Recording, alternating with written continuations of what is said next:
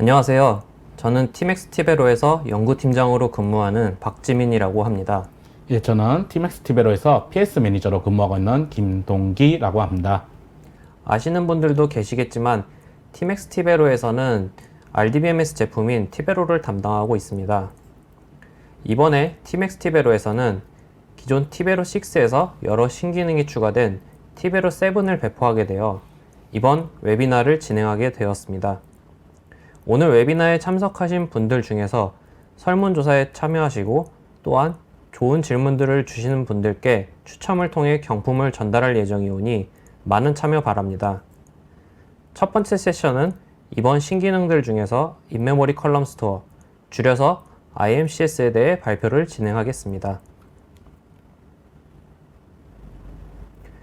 그러면 IMCS란 무엇인지, 그리고 그 기능을 위해 어떤 아키텍처로 구성되어 있는지, 마지막으로 간단한 예제들을 통해 어떤 방식으로 사용할 수 있는지 알아보도록 하겠습니다. 기본적으로 RDBMS에서의 테이블은 로우와 컬럼으로 구성이 되어 있습니다.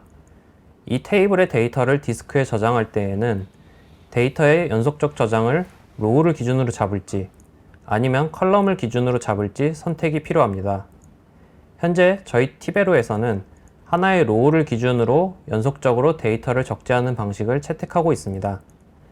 이 경우 어떤 테이블의 컬럼 수는 적은데 로우 수가 많다, 그리고 특정 컬럼의 값만 다 보고 싶다고 할 때에는 쿼리의 성능상 단점이 발생할 수 있습니다. 로우 기반의 저장이기 때문에 모든 로우를 돌면서 매번 특정 컬럼의 위치를 찾아가야 하기 때문입니다. 컬럼 포맷의 저장 방식도 위와 반대되는 단점이 있는데 특정 소수의 로우 값만 본다면 상대적으로 로우 포맷보다 성능이 낮을 수 있습니다. 그래서 데이터베이스 제품들 중에는 이렇게 두 가지를 모두 지원하는 경우가 있습니다. 이번에 티베로 7에서 신기능으로 넣은 IMCS는 기존처럼 디스크의 로우 포맷 저장 방식은 유지하되 사용자가 원하는 컬럼들은 별도로 메모리 공간에 컬럼 포맷으로 저장을 시켜주는 방식입니다. 원하는 컬럼이 메모리상에 로딩이 완료되면 이후에 그 컬럼을 참조하는 쿼리가 있다면 더 이상 디스크나 버퍼 캐시를 찾지 않고 인메모리로 올린 컬럼의 데이터 값을 볼 수 있게 됩니다. 이 장표는 IMCS의 결론이라고 할 수 있는 장단점을 서술해 놓은 것인데요. 첫 번째로 질의에 필요한 컬럼만 가져와 처리하므로 스캔 성능이 향상될 수 있고, 또한 컬럼을 압축 포맷으로 저장하여 저장 공간을 절약할 수 있으며 컬럼의 최소 최대값을 저장한 스토리지 인덱스를 사용하여 데이터 프루닝을 제공합니다. 마지막으로 심들을 통한 필터 처리 향상으로 성능상 향상을 기대할 수 있습니다. 이와는 반대로 IMCS의 한계점도 있는데요. DML이 발생 빈도가 높은 테이블일수록 IMCS 효율이 시간이 지날수록 저하될 수 있습니다. 후에 아키텍처를 살펴보면서 하나하나 설명하도록 하겠습니다. 앞서 원하는 컬럼들의 데이터만 메모리에 저장시킨다고 설명을 드렸는데 이 컬럼 데이터를 관리하기 위해서는 크게 두 가지 파트가 필요합니다. 첫 번째는 데이터 영역을 구성하는 인메모리 데이터 파트, 줄여서 IDP입니다. 이 IDP는 사용자가 지정한 컬럼들의 데이터를 저장해 놓는 공간이며 1MB의 고정 단위로 이루어져 있습니다. 그리고 하나의 IDP에는 반드시 하나의 오브젝트에서 나온 데이터만 적재될 수 있습니다. 반대로 하나의 오브젝트에는 데이터가 많을 수도 있으니 여러 개의 IDP가 생성될 수도 있습니다. 하나의 IDP 내에는 사용자가 지정한 모든 컬럼의 데이터를 저장시킵니다. 여기서 각 컬럼마다 컬럼 포맷으로 저장하는 단위를 컬럼 데이터 유닛, 줄여서 CU라고 합니다. 두 번째는 데이터, 정확히는 한 개의 IDP의 메타를 구성하는 인메모리 메타데이터 파트, 줄여서 IMP입니다. 한 개의 IDP에 대한 IMP이기 때문에 IDP와 IMP는 1:1 대응 관계이고요. 이 IMP는 IDP에 적재된 데이터의 출처, 즉 블럭 어드레스가 기록됩니다. 그리고 만약 적재된 데이터의 수정이 있을 경우를 위해 트랜지션 저널링 기능이 포함되어 있습니다. 사용자가 지정한 컬럼 데이터를 메모리로 로딩하는 것을 파퓰레이션이라고 합니다. 파퓰레이션을 수행할 때에는 먼저 IMP 공간을 잡고 이를 IMCS에서 관리하는 해시 테이블에 연결해 주는데, 이는 혹시라도 IMP와 IDP의 모든 로딩이 끝나기 전에 DML이 수행될 수 있기 때문입니다. 이후 버퍼 캐시로부터 IMP는 블록 어드레스를, IDP에는 실제 데이터를 순차적으로 로딩시켜 줍니다. 그리고 이렇게 로딩하는 도중 1MB가 넘어가게 되면 지금 로딩하는 IMP와 IDP는 정리하고 다음 IMP와 IDP를 만들어서 동일한 작업을 반복합니다. 하나의 오브젝트로부터 생성되는 모든 IMP들은 모든 헤더가 리스트로 연결되어 있습니다. 그리고 각 IMP들은 IDP의 포인터를 가지고 있기 때문에 이 그림과 같이 IMP의 리스트를 따라가며 각각의 IDP를 참조하는 풀스캔 방식의 동작이 가능합니다. 또한 해시 테이블에 대한 접근은 블록 어드레스를 키로 하여 가능하기 때문에 일반적인 로아이디 스캔처럼 블록 어드레스와 로우 넘버를 가지고도 탐색이 가능합니다. 지금까지는 IDP와 IMP의 구조와 역할을 대략적으로 살펴보았는데, 앞에서 잠깐 언급하고 넘어갔던 컬럼 데이터 유닛 CU에 대해서 좀 더 상세히 살펴보겠습니다. 하나의 IDP 내에서 CU의 구성은 이렇게 이루어져 있습니다. 우선 IDP 내에는 로우 넘버 어레이라는 게 존재하며, 이 어레이는 IDP에 적재된 로우들 개개의 공간이라고 볼 수 있습니다. 그리고 각 CU 안에는 로우 넘버 어레이와 배열 인덱스 크기가 같은 심볼 코드라는 게 존재합니다. 그러므로 IDP의 로우 넘버 어레이와 하나의 CU에 있는 심볼 코드와는 1대1 관계입니다. 컬럼 밸류스 부분부터 설명드리면, 이 부분은 말 그대로 실제 데이터가 쌓여있는 부분입니다. 그런데 여기서 심볼 코드와 컬럼 밸류스 사이에 오프셋 어레이라는 공간이 하나 더 있습니다. 심볼 코드에서 오프셋 어레이의 인덱스 값을 가지고 있고, 오프셋 어레이에서는 컬럼 밸류스의 오프셋 위치 값을 가지고 있는 이중 포인터 구조입니다. 제가 오프셋 어레이에서 가지고 있는 숫자 앞에 샵을 붙여놨는데, 이는 오프셋 어레이가 컬럼 밸류스의 인덱스 번호를 가지고 있는 것이 아니라 컬럼 밸류스의 위치를 가리키는 바이트 오프셋을 가지고 있기 때문으로 혼동을 방지를 위해 샵을 붙여놨습니다. 이런 이중 포인터와 같은 구조를 가지는 이유는 첫째로 컬럼 밸류스에 중복 데이터를 넣지 않기 위함입니다. 만약 어떤 서로 다른 로우에서 나온 특정 컬럼 값들이 동일한 게 있었다면 오른쪽 CU 1번과 같은 구조가 됩니다. 컬럼 밸류스에는 값 하나만 저장되고, 오프셋 어레이에서는 이 컬럼 밸류스의 위치 정보를 가지고 있으며 그 상단의 심볼 코드에서 서로 다른 두 배열이 같은 오프셋 어레이의 인덱스를 가지게 되는 것입니다. 두 번째 효과는 오프셋 어레이를 컬럼 밸류스의 데이터를 기반으로 정렬을 시키기 위함입니다. 컬럼 밸류스는 파퓰레이션 과정에서 실제 데이터를 볼 때마다 아래에서부터 순서대로 적재하기 때문에 이 공간 자체는 정렬이 되어 있지 않습니다. 대신 이 과정에서 이 컬럼 밸류스를 가리키는 오프셋 어레이 자체를 정렬시켜 저장합니다. 이 장표의 예시처럼 순서대로 김용화, 양홍규, 강흥찬, 그리고 마지막으로 안재훈이라는 이름까지 데이터가 들어오면서 적재되었다고 할 때, 오프셋 어레이는 이 컬럼 밸류스의 데이터를 기반으로 정렬하기 때문에 결과적으로 이와 같은 구조가 됩니다. 이로 인해 얻을 수 있는 효과는 프로닝입니다.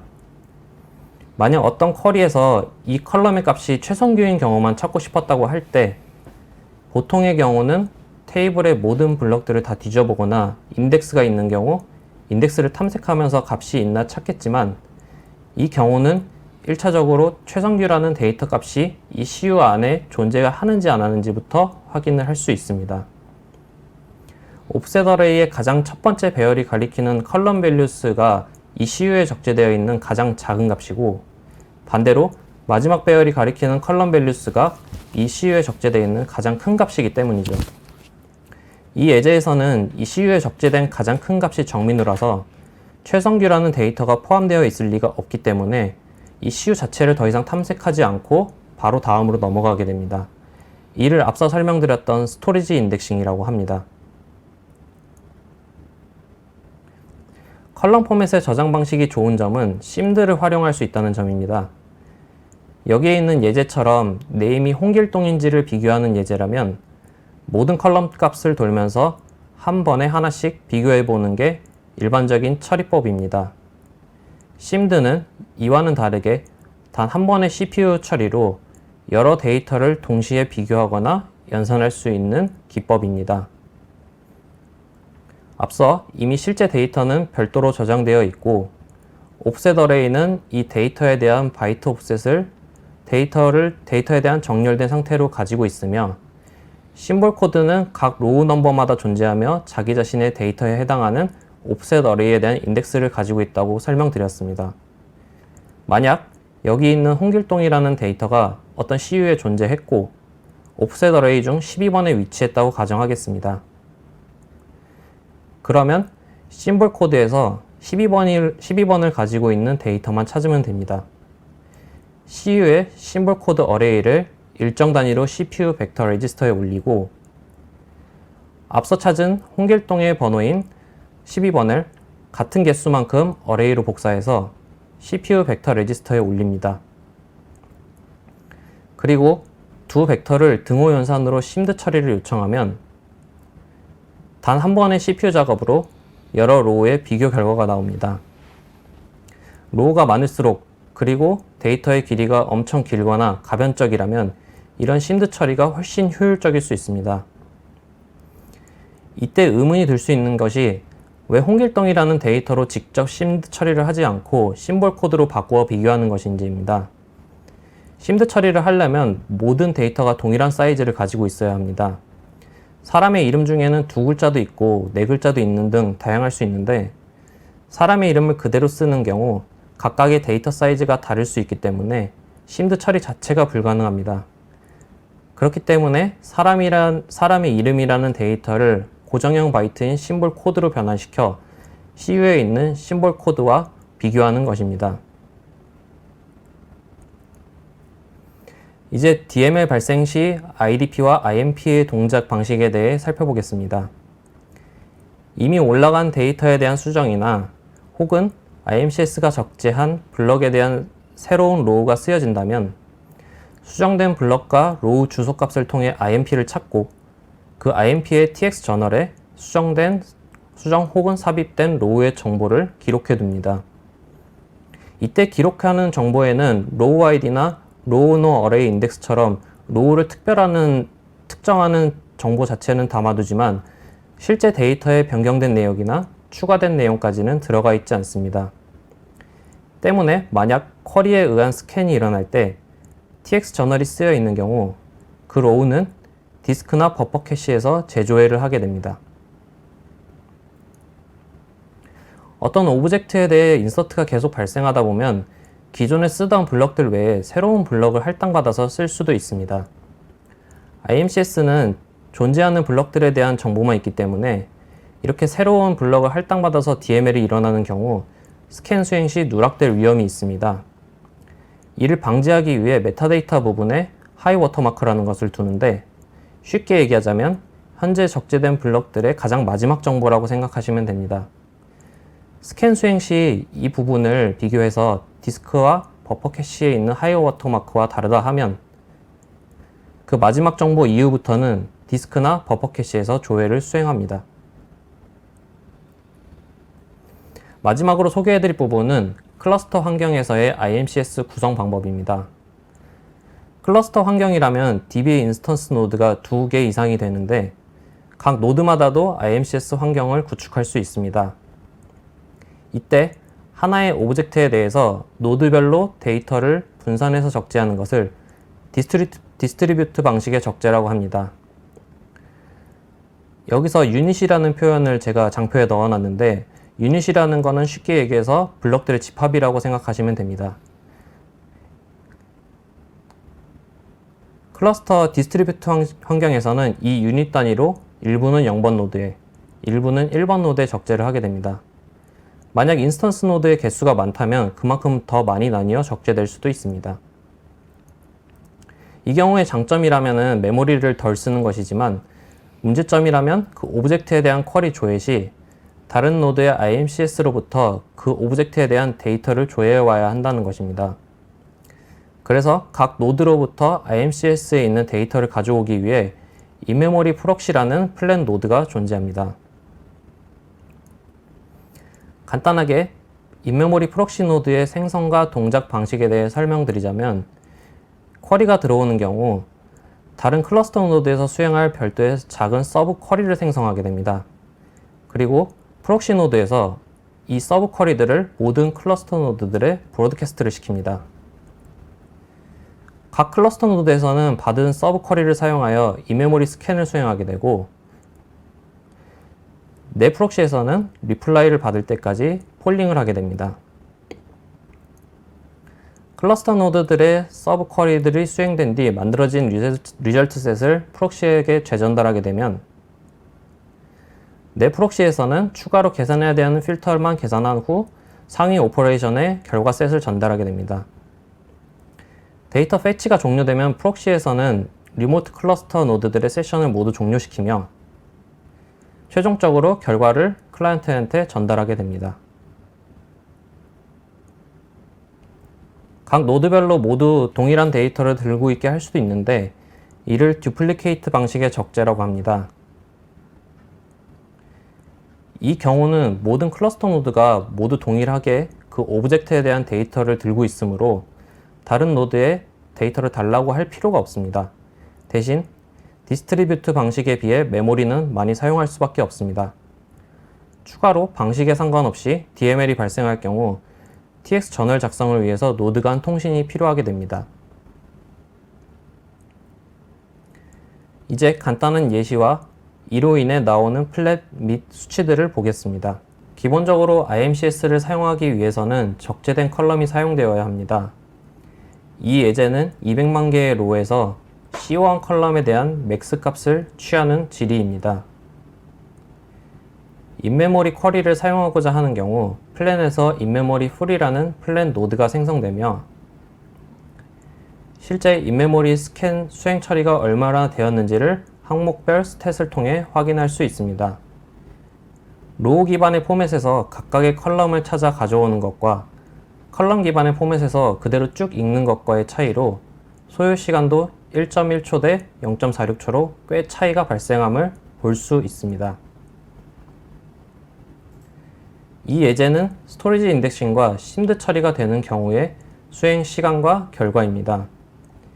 C1은 인메모리로 적재되어 있고 C1은 100일이라는 조건문이 있기 때문에 CU마다의 스토리지 인덱스 처리가 작동되고 또한 비교문 수행 시 심드 처리가 수행됩니다. 인메모리 스캔 노드 내에서 이러한 작업 완료 후 나오는 로우 수의 결과를 스캔 로우스 항목과 스캔 로우스 프로젝트들의 항목의 비교로 확인할 수 있습니다. 앞서와 마찬가지로 시간 소요가 꽤 차이가 발생함을 알 수 있습니다. 마지막으로 이 예제는 구성은 동일하지만 클러스터의 디스트리뷰트 환경으로 구성했을 때의 예제입니다. 쿼리는 동일하지만 다른 노드에서의 작업 처리도 필요하기 때문에 두 케이스 모두 인메모리 프록시 노드가 생성되었습니다. 이때 그 컬럼과 연관이 있는 조건문들은 같이 전송하여 미리 처리하게끔도 동작이 가능합니다. 앞서 말씀드렸던 것처럼 리모트 SQL에 쓰인 것은 서브 쿼리인데 이 서브 쿼리를 다른 노드들에 브로드캐스트를 하고 자기 자신은 폴링 상태로 들어갑니다. 서브 쿼리를 받은 타 노드들은 그 서브 쿼리를 수행한 뒤 결과 셋을 폴링하고 있는 자기 자신의 노드의 세션에 돌려줍니다. 여기까지가 IMCS의 발표입니다. 다음 세션으로는 TBL7 데이터베이스에서 기존의 TBL6에 대해 비해 추가된 기능 및 개선된 기능들에 대해서 설명해 드리는 세션이 되겠습니다. 크게 4가지 챕터로 구분하여 추가 및 개선된 기능들에 대해서 설명을 드릴 건데 첫 번째 챕터에서는 고가행성에 대한 개선점 및 추가된 기능을 안내 드릴 예정이며 두 번째 챕터에서는 타스에 대해서 추가된 기능에 대해 안내 드릴 예정입니다. 세 번째 챕터에서는 티베러 7에서 다양하게 추가된 데이터 보안 강화를 위한 기능들을 안내드릴 예정이며, 네 번째 챕터에서는 개발을 위한 기능이 개선된 부분에 대해서 안내드릴 예정입니다. 첫 번째 챕터인 고가행성 계산에 대해서 설명드리도록 하겠습니다. 첫 번째 말씀드린 기능은 플래시백 데이터베이스 기능에 대한 소개입니다. 해당 기능은 특정 과거 시점으로의 DB를 빠르게 회귀하는 기능으로서 사용자 실수 또는 기타 다른 이유로 금 시점에 데이터가 파손될 경우 파손 이전 시점으로 DB를 빠르게 복구하는 기능을 말씀드릴 수 있습니다. 조금 더 자세히 설명을 드리면은 플래시백 로그 파일이 별도로 존재하게 되며, 이 플래시백 로그 파일은 마커 TSN이라는 특정한 시점에 생성된 블록 정보를 가지게 됩니다. 이런 마커 TSN 이후부터 리드로그까지의 정보를 가지게 되며, 플래시백 데이터베이스 기능을 사용할 경우에는 마커 TSN 시점부터 가장 최근 시점까지의 불안정 복구를 진행하는 과정으로 DB가 최근 시점까지 복구되게 됩니다. 플래시백 데이터베이스의 장점으로는 가장 큰 기능은 역시 복구 시간이 빠르게 진행될 수 있다는 점입니다. 기존의 복구 과정으로는 백업 파일이 존재하고 백업 파일 이후에 리드, 아카이브 등의 로그 파일이 생성되다가 데이터 파손이 발생된 경우에는 DB 파일을 리스토어하는 과정, 즉 복구하는 과정 이후에 로그를 적용하는 과정이 필요했습니다. 하지만 플래시백 데이터베이스 기능을 사용한다면 앞에서 말씀드린 마커 TSN부터 최근 시점까지의 리드를 적용하는 과정으로 별도의 DB 파일 복구 리스토어 시간이 필요하지 않기 때문에 빠른 DB 복구가 가능합니다. 특히 이 기능이 유용한 거는 DB의 데이터 크기가 크면 클수록 기존 복구 과정으로는 많은 시간이 필요했는데, 플래시백 데이터베이스로 근미래를 복구할 경우에는 다운타임을 최소화하여 장애 시간이 더욱 줄어드는 효과를 기대할 수 있습니다. 두 번째로는 TSC 기능에 대해서 다양한 기능들이 추가되었는데, 우선적으로 TSC가 어떤 것인지 간단하게 설명을 드리고 그 다음에 추가된 기능에 대해서 안내드리도록 하겠습니다. TSC는 티베로에서 제공하는 HA 구성으로 티베로 스탠바이 클러스터라고 합니다. 프라이머리 DB, 즉 운영기에서 LNW, 리드 네트워크 라이터 프로세스를 통해서 스탠바이 쪽으로 리드 정보가 전송되며, 스탠바이 노드 쪽에서는 LNWR, 즉 로그 네트워크 리더 프로세스를 통해서 이를 수신하게 되고, 이 정보는 SMR 프로세스, 즉 스탠바이 매니지 리커버리 프로세스로 전달되어 이 프로세스가 스탠바이 쪽에 블럭에 데이터를 저장하는 구조입니다. 첫 번째 TSC 구성에 대해서 추가된 기능은 스냅샷 스탠바이 기능입니다. 스냅샷 스탠바이 기능에 간단하게 말씀드리면은 말 그대로 스냅샷을 찍어서 이후에는 일반적인 DB로 일시적으로 사용을 하다가 스냅샷을 찍은 시점으로 회귀할 수 있는 기능입니다. 기존의 이제 리드 TSC 스탠바이 구조에서는 아까 말씀드린 대로 프라이머리 쪽에서 LNR을 통해서 정보를 전송받아 SMR을 통해서 블록을 기록하는 방법이라면은 스탠바이 로그 그룹을 사용하고, 스탠바이 로그 그룹을 사용할 경우에는 기존의 리드 로그와 달리 로그 스위치가 발생하는 경우 로그의 체크 포인트는 확인하지 않고요. 그 다음에 아카이빙 여부만 확인해서 스탠바이 전용의 온라인 로그 그룹으로 볼 수 있습니다. 이 기능을 사용하고 스냅샷 스탠바이를 선언할 수 있는데요. 이 선언한 이후에는 스탠바이를 기존 프라이머리와 별개의 DB로 일시적으로 사용할 수 있습니다. 그래서 각종 DDL 및 DML을 독립적으로 수행할 수 있고 데이터 변경도 가능합니다. 이렇게 이제 일시적으로 사용을 하다가 다시 스탠바이 노드로 돌리면은 스냅샷을 찍은 시점으로 회귀할 수 있는 기능입니다. 이 기능을 사용할 수 있는 경우는 스탠바이 노드를 일시적인 테스트 DB 등으로 사용할 때 사용하면은 보다 유용하게 쓸 수 있는 기능입니다. TSC에서 두 번째 추가된 기능은 캐스케이드 TSC 기능입니다. 해당 기능은 기존의 1대 다수의 TSC 구조를 사용할 경우에는 프라이머리에 부담이 굉장히 많았는데 이를 개선하고자 나오는 기능입니다. 이 기능을 간략하게 설명드리면 캐스케이드 노드에 1대1로 리드를 전송하는 구조이고요. 조금 더 자세히 설명드리면 기존의 1대 다수의 TSC를 구성할 경우에는 프라이머리, 즉 운영기에서 그 스탠바이 노드에 각각의 동시다발적으로 리드를 전송해야 되기 때문에 프라이머리 DB의 부담이 높을 수밖에 없었습니다. 하지만 캐스케이드 TSC 기능을 사용할 경우에는 스탠바이 노드 중에 캐스케이드 스탠바이 노드를 지정하고요. 프라이머리는 이 지정된 캐스케이드 노드에 대해서만 리드를 전송하게 됩니다. 그리고 이 스탠바이 캐스케이드 부분에서 다른 스탠바이 DB 쪽에 리드를 전송하는 부분을 역할을 맡게 되어가지고 프라이머리, 즉 운영기는 1대1로의 TSC와 동일한 부담만 가지기 때문에 리드 전송에 대한 부하를 최소화할 수 있습니다. 세 번째 TSC에 대해서 추가하는 기능은 역동기화 기능입니다. 역동기화 기능은 재구축 없이 동기화를 진행하기 위한 기능이며, 이 얘기는 기존의 프라이머리에서 스탠바이로의 페일오버가 일어난 이후에 다시 동기화를 하도록 하기 위해서는 전체 재구축이 필요했으나 이러한 과정 없이 동기화를 추가적으로 진행하기 위한 기능입니다. 또한 새로운 프라이머리에 대한 스탠바이 구축에서도 사용할 수 있습니다. 조금 더 설명드리면 말 그대로 역동기화이기 때문에 프라이머리에서 스탠바이로의 페일오버가 일어나는 이후에 스탠바이 DB에서 독자적으로 운영이 DB한 데이터에 대해서 프라이머리를 정상적으로 기동한 이후에 프라이머리의 마지막 데이터로 스탠바이 데이터를 돌려주는 기능입니다. 이를 통해 가지고 재구축이 아닌 프라이머리의 마지막 시점으로 데이터를 돌리고 프라이머리를 다시 운영기 스탠바이 노드를 기존의 스탠바이 노드로 운영하면서 재구축 없이 TSC 구조를 다시 사용할 수 있게 되는 것입니다. 두 번째 챕터는 타스에 대해서 추가된 기능에 대해서 말씀드리겠습니다. 우선 타스의 주요 기능을 간단하게 설명드릴 건데요. 타스는 디스크 관리 편의성 및 효율성을 제공하기 위해 추가된 기능이며, 고가형성, 즉 액티브의 고가형성을 제공하며 또한 높은 처리량을 제공하기 위해 추가된 기능입니다. 정확하게 TBL 6부터 제공한 기능이지만은 TBL 6 이후 7에 들어서 새로운 리사이즈라는 기능이 추가되었기 때문에 이를 안내드리고자 합니다. 우선적으로 타스의 동작 구조로는 각 DB 서버에서 티베로 인스턴스와 별개로 타스 인스턴스라는 게 기동이 되며, 이를 통한 공유 디스크와의 통신 및 I/O를 지정하게 됩니다. 조금 더 자세하게 설명을 드리면은 타스의 I/O는 다음과 같은 구조를 가지게 되는데요. DB 서버에서는, 즉 DB 서버 내 티베로 인스턴스는 타스 인스턴스에 데이터 위치를 요청을 하게 되고요. 타스 인스턴스는 이러한 위치 요청을 받아 실제 디스크에 메타데이터 I/O를 요청하게 됩니다. 이러한 정보를 다시 티베로 인스턴스에 전달하게 되고요. 티베로 인스턴스는 이를 전달받아 가지고 실제 파일 시스템, 즉 디스크에 직접적인 I/O를 수행하게 됩니다. 타스의 새로운 기능에 대해서 조금 더 설명을 드리면은 디스크 관리 부분을 말씀드리지 않을 수가 없는데요. 타스의 디스크 관리는 기본적으로 디스크 스페이스라는 개념으로 관리가 되게 됩니다.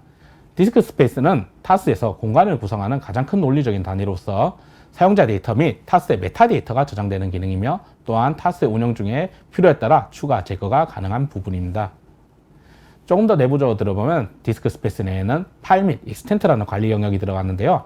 파일은 말 그대로 디스크 스페이스 내부의 파일 단위로 데이터가 저장된다는 의미이며, 이 파일이라는 단위 안에서는 익스텐트라는 일종의 블록 단위로서 타스의 파일의 공간을 관리하는 기본 단위입니다. 이 익스텐트는 파일이 만약에 생성 또는 크기 변경 등의 발생 시에 익스텐트가 생성 및 삭제가 되며, 파일의 I/O가 필요할 경우는 실제 파일 내부의 익스텐트를 찾아가서 I/O가 수행되는 것입니다. 그럼 타스에서 7에 추가된 기능을 말씀드릴 건데, TBL 7에서 타스에 추가된 기능은 바로 디스크 리사이즈 기능입니다. 디스크 스페이스 내부의 디스크 크기가 변경되는 기분이 TBL 7에서 새로 추가되었으며, 이는 운영 중의 필요에 따라 디스크 크기를 변경이 가능하게 되었다는 것을 의미할 수 있습니다. 기존에는 타스에 디스크가 부족할 경우 디스크를 추가, 즉 새로운 디스크를 추가하는 방법밖에 없었는데, 7에 들어서 리사이즈 기능이 추가됨에 따라 가지고 디스크에 따라 만약에 공간이 과다용되는 디스크가 있다면 슈링크 기능을 통해서 실제적인 크기를 줄일 수 있으며, 만약에 크기가 부족한 디스크라면 익스텐트 기능을 통해서 확장을 할 수 있는 기능이 추가된 것입니다. 이를 통해 가지고 반드시 디스크를 추가하는 것이 아닌 필요에 따라 유연한 디스크의 크기 관리가 지원이 가능하게 되었습니다. 세 번째 챕터로는 데이터 보안성의 강화에 대해서 다양하게 추가된 기능을 안내드리도록 하겠습니다. 티베로 7에 들어오면서 기존보다 데이터의 보안성을 강화하기 위해 다양한 기능들이 추가되었는데요. 첫 번째 추가된 기능은 FJ 기능입니다. 이 기능은 기존의 감사 기능보다 상세한 감사를 제공하기 위해 추가된 기능임과 동시에 특정 컬럼 데이터에 대한 감사가 가능합니다. Select, Insert, Update, Delete, 머지문에 대한 세부적인 감사가 가능한 기능입니다. 동작 방법으로는 FJ 폴리시라는 것을 지정하게 되면은 자기가 감사를 하기 위해 원하는 쿼리에 대해서 유형을 지정할 수 있고요. Select, Insert, Update, Delete, Merge에 대해서 지정할 수 있게 되며, 실제로 SK 스테이트먼트, 즉 쿼리문이 들어오게 되면은 이 FJ 폴리시 통해서 해당 부분이 감사 대상인지 아닌지를 체크하게 됩니다. 그리고 감사 대상이라면은 FJ 로그 뷰에 해당 내용이 기록이 되게 되고요. 이 해당 기능을 통해서 컬럼 이름 또는 조건식 통해서 행렬 단위로도 특정이 가능하게 되었습니다. 두 번째로 데이터의 접근에 대한 기능들이 추가되었는데요. 첫 번째로 추가된 기능은 레이블 시큐리티 기능이라고 합니다. 이 레이블 시큐리티는 사용자 및 데이터로의 일종의 레이블, 즉 꼬리표를 부여하게 되면서 이 레이블을 통해 가지고 사용자에 대한 데이터의 접근 관리를 가능하게 되었습니다.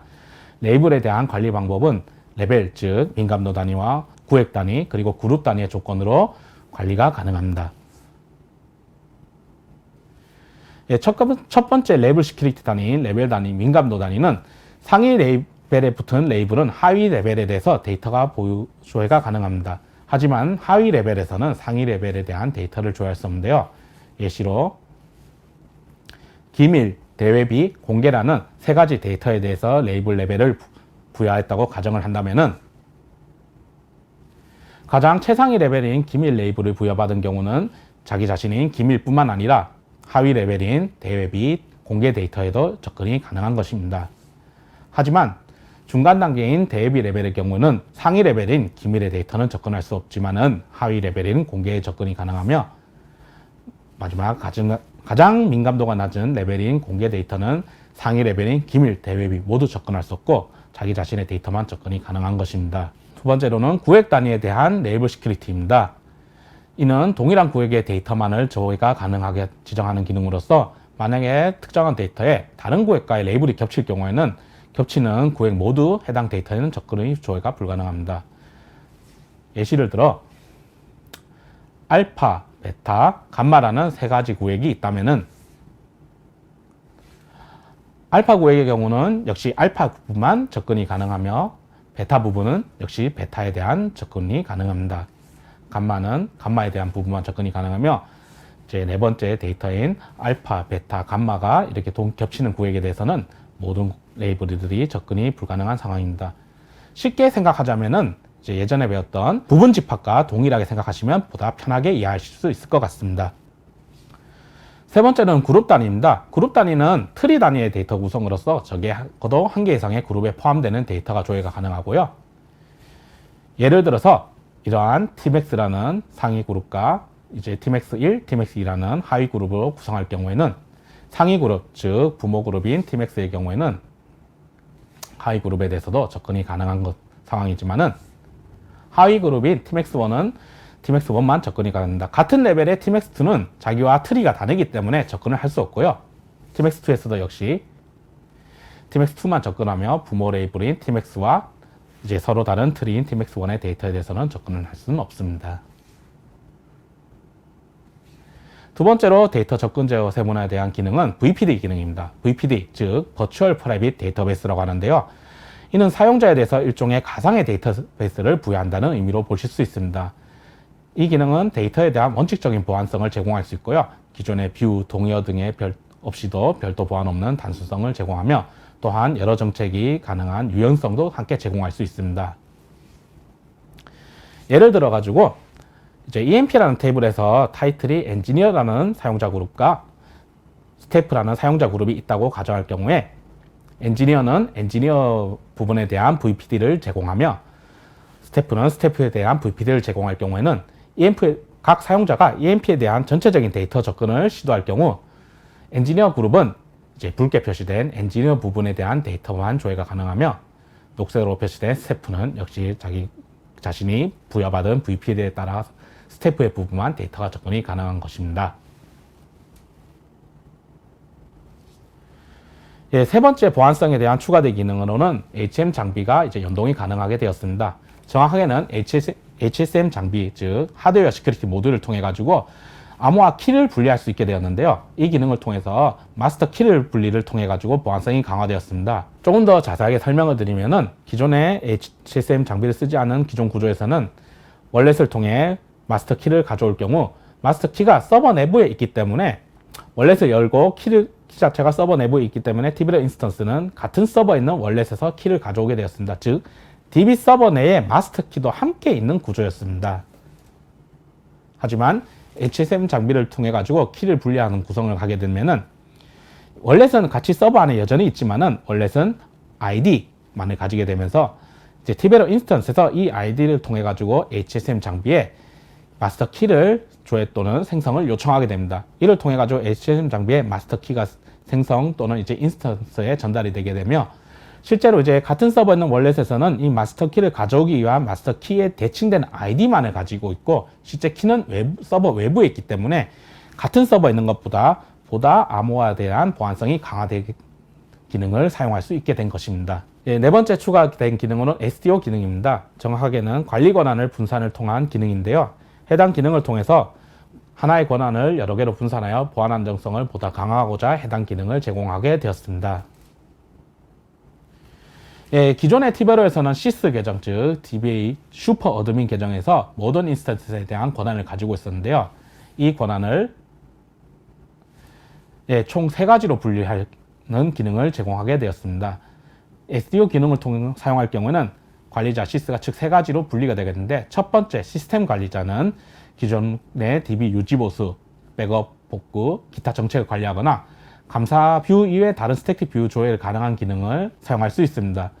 또한 감사 관리자가 별도로 독립이 되었는데, 감사 정책에 대한 관리 및 해제, 그리고 감사 뷰에 대한 독자적인 접근성을 가질 수 있습니다. 다른 사용자는 감사 뷰 정보를 접근할 수 없고요.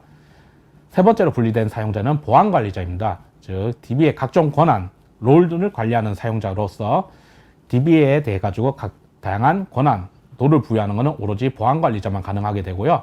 다만 이제 기본적인 롤인 커넥트, 리소스 부분은 시스템 관리자도 부여 해수가 가능하게 됩니다. 이외 모든 권한은 오로지 보안 관리자만이 부여하고 해소하고 생성 등이 가능합니다. 다만 이 기능을 사용할 경우 유의점이 있는데요. 첫 번째로 이제 DBA 권한이 찢어져 있는 것이기 때문에 기존의 DBA 롤을 사용할 수가 없습니다. 또한 이 기능을 사용할 경우에는 DB 인스턴스 구성할 때 해당 기능을 사용할지를 결정을 해야 되는데, 이유는 이제 DBA를 이제 제공하지 않기 때문에 이 기능을 사용할 경우 첫 설치할 때 이 기능을 쓰겠다, 안 쓰겠다 하고 반드시 결정하셔야 되고요. 이 기능을 쓰는 상태에서 인스턴스를 구축할 경우에는 기존의 DBA 롤을, 즉 시스 계정을 사용할 수 없고, 반대로 기존대로 시스가 모든 권한을 가지고 있는 형태로 구성할 경우에는 이 SDO 기능도 사용할 수가 없습니다. 그렇기 때문에 첫 인스턴스 설치에 반드시 해당 기능이 쓸지 말지 여부를 확정해 주시고 설치를 하셔야 됩니다. 네 번째 챕터는 이제 개발 기능에 대해 개선점에 대해서 안내드릴 예정입니다. 첫 번째 개선된 기능은 GIS 지오메트릭 기능들이 개선되었습니다. GIS 지오메트릭에 대해서 티베로스 7에 들어와서 다양한 기능들이 개선이 되었는데요. 첫 번째는 쉐이프 파일 형태와 티베로 지오메트릭 데이터 간의 변환이 가능하게 되었으며, 또한 기존의 평면 좌표계 외에 다양한 좌표계를 지원할 수 있게 되었습니다. 그리고 추가 스파셜 함수가 다양하게 지원됨과 동시에 이에 따라 필요에 따라 가지고 다양한 스파셜 기능을 추가적으로 사용할 수 있게 되었습니다. 첫 번째 기능은 이제 티베로 지오메트릭과 쉐이프 파일 간의 데이터를 적재할 수 있는 기능이 추가되었는데요. 티베로2 SHP 유틸리티라는 게 새로 추가되어서 기존의 쉐이프 파일에서 티베로 지오메트릭으로 직접 적재가 가능하며, 반대로 티베로 지오메트릭 데이터를 쉐이프 파일 형태로도 바로 만들 수 있게 되었습니다. 다만 쉐이프 파일의 특성상 한 파일에 동일한 타입의 지오메트릭만을 담을 수 있기 때문에 테이블에 쉐이프 파일의 지오메트릭을 적재할 쿼리의 결과가 일정한 타입의 지오메트릭이 되어야 되고요. 이 기능을 통해서 쉐이프 파일의 적재가 가능한 지오메트릭 타입으로는 포인트 타입, 멀티 포인트, 라인 스트링, 멀티 라인 스트링, 폴리곤, 멀티 폴리곤 타입을 지원하고 있습니다. 두 번째로 아까 말씀드린 대로 이제 좌표계가 다양하게 추가 지원되었는데요. 기존의 평면 좌표계 외에 직교 좌표계, 구면 좌표계 등 3차원 좌표계뿐만 아니라 필요에 따라 다양한 좌표계를 지원할 수 있는 SRID 기능도 추가가 되었습니다. 이에 따라 가지고 다양한 좌표계를 사용하면 그 좌표계에 맞게 SRID를 제공하면 특정 좌표계를 필요에 따라 다양하게 사용할 수 있게 되었습니다. 그리고 이제 스파셜 함수가 다양하게 추가되었는데요. 크게 4가지 영역에 대해 함수들이 추가되었습니다. 첫 번째는 기존의 티베로 지오메트릭의 포맷 변환, 즉 WKT, WKB 포맷과의 변환이 가능한 스파셜 함수가 추가되었으며, 두 번째 영역은 지오메트릭의 유효성을 검사할 수 있는 함수들이 다량으로 추가되었습니다. 세 번째로는 신규 좌표계를 쓸 수 있게 그를 지원하는 함수들이 다수 추가되었으며, 네 번째로는 지오메트릭을 새로이 생성, 계산할 수 있는 함수들이 추가되었습니다. 이 함수들에 대한 세부 목록은 향후 공개될 티베로 7의 공식 매뉴얼의 스파셜 부분을 참고하시면 보다 자세하게 알 수 있을 것입니다. 두 번째로 이제 개발에 추가된 기능은 제이슨이 공식적으로 데이터 컬럼 타입으로 지원하게 되었습니다. 이 제이슨을 공식적으로 데이터 컬럼으로 제공할 수 있게 됨과 동시에 기존의 CRUD를 통해서 제이슨을 사용할 수 있게 되었으며, 또한 RDB인 티베로 내에서 도큐멘트 즉 문서 DB 역할도 일부 기대할 것으로 가능하게 되었습니다. 즉 제이슨 데이터를 제이슨 펑션을 통해 가지고 기존 쿼리처럼 동일하게 인서트, 셀렉트 등을 자유자재로 사용할 수 있게 되었습니다. 화면에 보이는 대로 제이슨의 컬럼을 주는 테이블에 직접적인 인서트 및 데이터 조회가 가능하게 되었습니다. 이러한 제이슨 컬럼의 타입은 두 가지 형태의 특징점이 있는데요. 첫 번째로는 내부적으로 비랍 형태로 저장되기 때문에 비랍과 동일한 최대 크기를 사용할 수 있습니다. 즉 하나의 컬럼당 4기가의 저장 공간이 가능하고요. 테이블당 1개 이상의 제이슨 컬럼이 사용합니다. 즉, 한 개만 쓸 수 있는 게 아니라 필요에 따라서는 2개, 3개를 같이 쓸 수 있게 되었습니다. 예, 지금까지 티베로 7 웨비나를 경청해 주셔서 대단히 감사합니다. 실시간 Q&A를 통해 답변이 완료되지 못한 부분에 대해서는 이제 화면에 보이는 연락처를 주시면 보다 성실하게 추가적으로 답변을 드릴 수 있도록 하겠습니다. 예, 대단히 감사합니다.